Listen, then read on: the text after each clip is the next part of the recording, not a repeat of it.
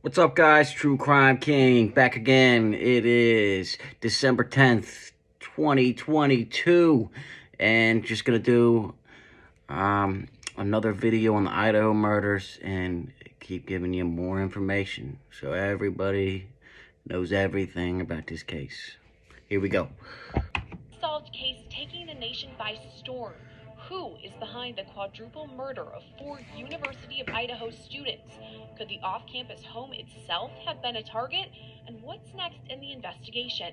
We're bringing you the latest details in the high-profile case nearly 1 month removed from the There's the house on the left, 1122. They got a cop watching it 24 hours a day, 7 days a week. horrific stabbings. Welcome to Sidebar, presented by Law and Crime. Right there. I'm Sierra Gillespie. And I want you to see just behind me, the house here, there's still security around the clock, still crime scene tape around this house. More questions than answers in the unsolved quadruple University of Idaho murders. Did victim Kaylee Gonzalez have a stalker? How could the surviving roommates have heard nothing? And did a white car have anything to do with the... Yeah, take a look at this car. I mean, the police are putting this out on every news channel, this car, for some reason. Maybe they'll tell us. Crime? Nearly 1 month after the brutal murders that shocked the nation, we're breaking down what we know so far about the unsolved case. We're rejoined by forensic death investigator Joseph Scott Morgan, homicide detective Phil Waters, retired FBI agent and attorney Bobby Chacon, and Sidebar co-host Angela Levy on the ground for Moscow, Idaho. The story begins on November 13th when victims 21-year-old Kaylee Gonzalez, 21-year-old Madison Mogan, 20-year-old Zana Carnodal, and 20-year-old Ethan Chapin arrived to an off-campus home at about 1:45 a.m. Gonzalez and Mogan had visited a bar in downtown Moscow that night and later a food truck where they were caught on camera. Here they are at the food truck. You know, a lot of people are saying this guy in the hoodie is suspicious, but who knows at this point? There's all kinds of theories out there. There's the two girls circled, obviously. Carnodal and Chapin were at a Sigma Chi fraternity on campus. Now, it wasn't until later that morning at 11:58 a.m. And there's the other two people that were killed. A surviving roommate called 911 to report an unconscious person. Officials arrived to find the victims stabbed to death on the second and third floor of the home. Investigators announced the two surviving roommates, Dylan Mortensen and Bethany Funk, were not suspects at the time they were on the first floor of the home. Well, first, we don't know if they didn't hear anything. Remember, this is a college off-campus house that has a lot of visitors. You have roommates that come and go at all hours of the night. It's a Saturday night into a Sunday morning, which is a party night on most college campuses. So if you come home and you're one of those roommates that survived and you're downstairs and you've had a few drinks and you're gonna basically pass out on your bed, you might hear somebody stumbling around upstairs, and it could be a normal occurrence. You could hear your roommates coming in at 2, 3, 4 in the morning. The surviving roommates broke their silence weeks after the murders in a letter read at the victim's memorial. To my 4 best friends who deserve to live. That's gotta be horrible if they were all his best friends, all 4 getting killed, man. A long, happy life. My life was greatly impacted to have known these 4 beautiful people. I know somewhere Xana and Ethan are together, keeping each other company, watching us and telling us it's okay and that we have each other. I know it will be hard to not have the 4 of them in our lives, but I know Xana, Ethan, Maddie, and Kaylee would want us to live life and be happy, and they would want us to celebrate their lives. But nearly 1 month later, investigators still have not made any arrests, announced any suspects, or found a murder weapon. Homicide detective Phil Waters told Sidebar co-host Jesse Weber, I'm gonna get me a nice microphone like that here pretty soon. The weapon used was likely a military knife. So from the beginning of this, they've talked about the weapon. I remember a K-bar knife. Watch. right? And what I have seen on television, they keep saying it's a Rambo type knife. Well, that's absolutely incorrect. It's not a Rambo type knife. In fact, I have read where they have identified the type of knife. And the type of knife that they're talking about is the United States Marine Corps K-bar. So when I saw this, my thought is that Now look at that knife. I mean, that can do some damage. I mean, obviously, they give them to soldiers for a reason, to kill the enemy, you know? is this person prior military? So the specific weapon, if they're talking about a K-bar, which is what this is, I mean, that's an older K-bar from, you know, obviously he's a little older, but, you know, there's newer ones that have, you know, better grips, like, you know, nice leather grips and newer ones, but yeah, that's an older K-bar. then there's a possibility that they need to look into military background of some kind. This week, we learned victim Kaylee Gonzalez had more severe stab wounds than fellow victim Maddie Mogan. This comes after news broke that Gonzalez may have had a stalker.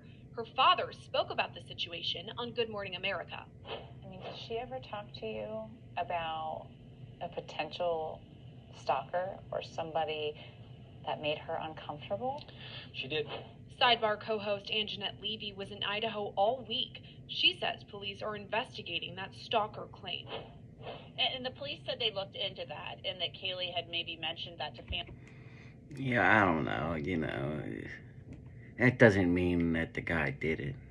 I mean, he could have been following or obsessed with her, but that doesn't mean that he murdered her and the three friends. I mean, he could have, but it definitely doesn't mean he didn't. Family and friends, they went back and found that this is what the police are saying on their Facebook update, that there was a man who maybe wanted to approach her. He was there at a store or a restaurant with another man, and he had, these guys were there looking to meet women, right? And so they were saying that this guy kind of was hanging around, he was near her, and maybe wanted to approach her, you know, to initiate some type of conversation. The police said they've interviewed those two people and do not believe they're involved in this homicide. So they're wondering if that is what Kaylee was referring to when she mentioned something about a stalker. But it sounds like they're still looking for more information about that claim, and they want to vet that a little more and explore that a little more. Because in these crimes, it's all about ruling things out. You know, you rule things in, but you also rule them out. And ruling them out can help you, you know, get a little closer to the answers you're looking for. Also new this week, Moscow officials headed back inside the active crime scene to retrieve personal items for the victims' families. And it's important to me. It's important for us as a department to go in and take care of the families and get the items for them so that they can have some of those back and some of those memories back that are fond memories. And you know, I'm a dad. I understand the meaning. Yeah, that's an important thing, you know. I've got a ton of my brother's old shit Behind some of those things. It may be something that, you know, we gave one of our children or something, and we're just trying to bring some of that healing. As for the college home itself, forensic death investigator Joseph Scott Morgan says that many people traveling inside and outside of the home could make narrowing down a suspect with DNA even more difficult. You know, when you think about it, you know, you think, well, wow, we've got this evidence-rich environment. We're going to be able to get this thing shut down really quick, you know, come to a conclusion. And it's amazing, many times the more data you have, the more complex the case becomes. Most people in their day-to-day lives don't think about just touching surfaces and going through the motions and that sort of thing, but every time you touch something, you leave a trace behind. And in this particular case, if you have people coming and going, they're leaving these kind of slough skin cells everywhere. That's where we get touch DNA. There's probably all kinds of DNA in that house. I mean, you know, imagine how many people they had over. You know, their college kids. I mean, they're all messing around with people, and they all have probably tons of friends. I mean, that's gonna DNA. Whoever's getting all that DNA is gonna have a tough job. And then we think about the victims in this particular case and the DNA that was left behind as a result of blood. But you have to think about something else. If you had any of the individuals within the structure that lived there that had intimate relationships with anybody else, that could provide, an evidence-rich source as well. But perhaps the biggest piece of news we've received in weeks, police ask for more information about a white vehicle seen near the crime scene the morning of the murders. Well, this came out late Wednesday. They put out an update after they cleared the belongings of the 3 victims out of their home. The police put out an update on Facebook, and really this is the most specific call for information that we've really received, other than them asking for information about Ethan and Xana's whereabouts on Saturday, November 12th.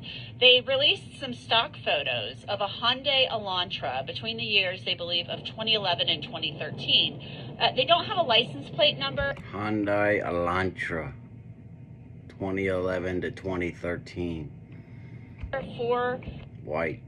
the vehicle, but they are asking people to, if they have that vehicle, if they own that vehicle, if they know somebody with that vehicle, to call in, because the police say that this vehicle was in the immediate area of the King Road home the morning of the homicides. Reports about that Elantra are now being routed to the FBI call center so that they can all be organized. Question, are those real eyebrows or are those painted on? Look at those things. And also, are those real teeth? Sorry, they're perfect. Investigators have also now released body camera footage taken the morning of the murders in hopes that it will assist with the investigation.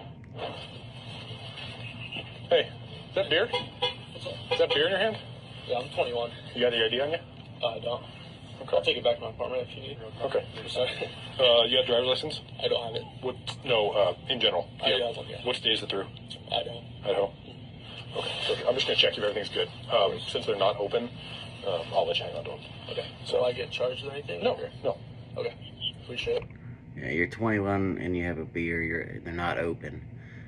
You're allowed to carry a beer. But it's just enough for me to stop, check, make sure you're 21 if you're walking out there in public.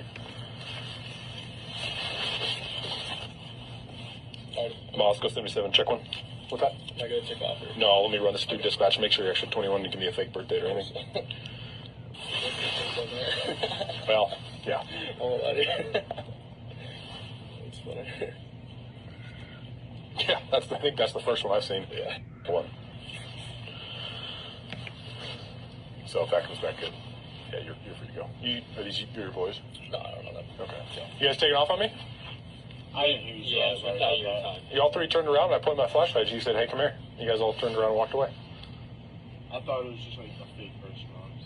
Yeah, like... How many fake people are out here that you've experienced? A fake person? What? Doesn't even make sense. They look a little guilty here of something. How's your night going? I'm pretty good. That's good. Just trying to stay warm. Is that y'all's car right there? Gas. They downgraded us from patrol cars. Gotcha. They gave us hybrids to save on fuel. There you go. Smart move. That lets me know that actually exists. I'll catch you this, all right? No worries. Why don't you guys all have a drink tonight? Couple beers. Beers? Yeah. Any hard liquor or anything like that? No. Come on, guy. Yeah, Roy.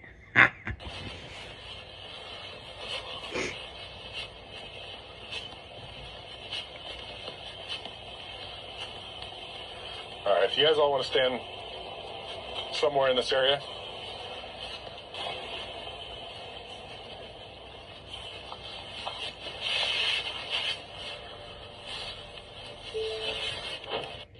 Sidebar co-host Anjanette Levy was in Moscow, Idaho all week, and she told us the incident is still fresh, and for many there, there's still fear. It's interesting because I was talking to some students last night. We were out on the streets trying to get a feel for how the students are feeling. And really, a lot of people were terrified. I mean, how do you think the students are feeling? Of course they're terrified. When this happened, understandably so. They were given the option to go home and take classes virtually. And we actually met up with some people who are taking their classes virtually while they're here in Moscow, Idaho. So they are not going out. They are not going to class.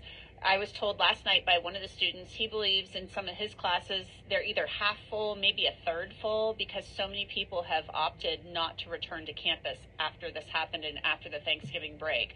So there are people who are still fearful, but there were people walking around last night and it was dark out.